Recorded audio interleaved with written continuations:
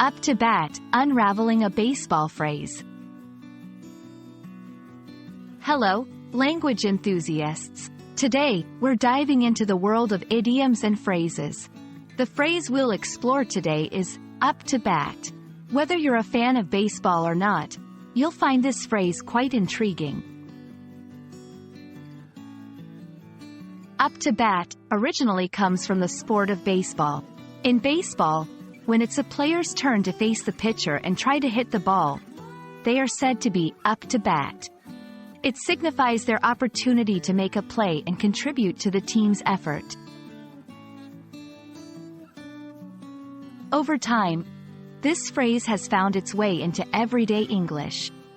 When used outside of the context of baseball, up to bat generally means someone's turn to take action or face a challenge. It's about stepping up, taking responsibility, or having an opportunity to make a difference. For example, if you're in a meeting and someone says, "Who's up to bat next to present?" It means, who's next to present? Let's see the phrase in action. 1. After Sarah finished her presentation, Mike was up to bat. 2. We've all tried solving the problem. Now it's your turn. You're up to bat. 3. I've always been waiting for an opportunity, and now I'm finally up to bat.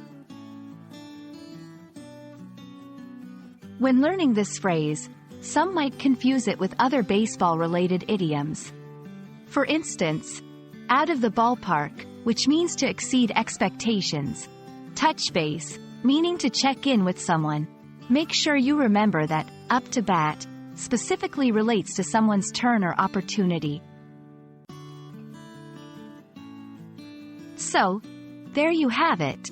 Now you not only understand the literal baseball meaning of up to bat, but also its figurative use in everyday English.